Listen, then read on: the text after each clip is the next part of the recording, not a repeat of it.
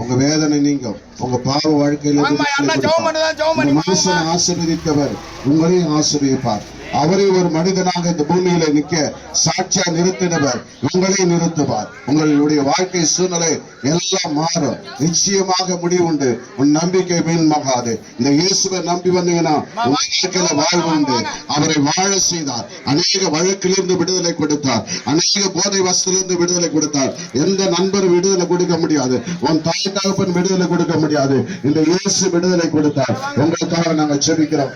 வாங்க பாஸ்டர்கள் ஜெபம் பண்ணுங்க.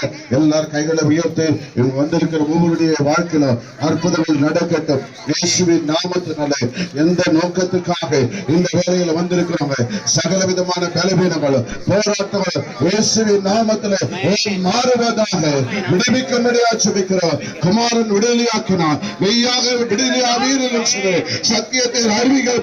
சத்தியம் உங்களை விடுதலையாக்கும். இயேசுவே விடுதலை செய்யும். இயேசுவே குணமாக்கு. இயேசுவே ஆசீர்வதி. ஒரு வாழ்க்கையை திருப்பி போடு.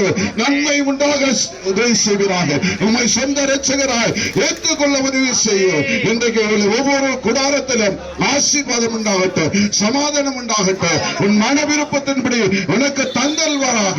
பிரியமானவனே பிரியமானவனே உன் ஆத்துமா வாழ்ந்து போல் எல்லாவற்றிலும் வாழ்ந்து சுகமாயிரு. கர்த்தர் உன்னை ஆசீர்வதிப்பாராக. கர்த்தருடைய கரம் உங்களோடு இருக்கட்டும். உங்க வியாபார வேலை ஸ்தலங்களும் உங்க போக்கில் வரத்துல கர்த்தர் கூட இருப்பாராக. இயேசுவின் நாமத்தில் பிதாவே.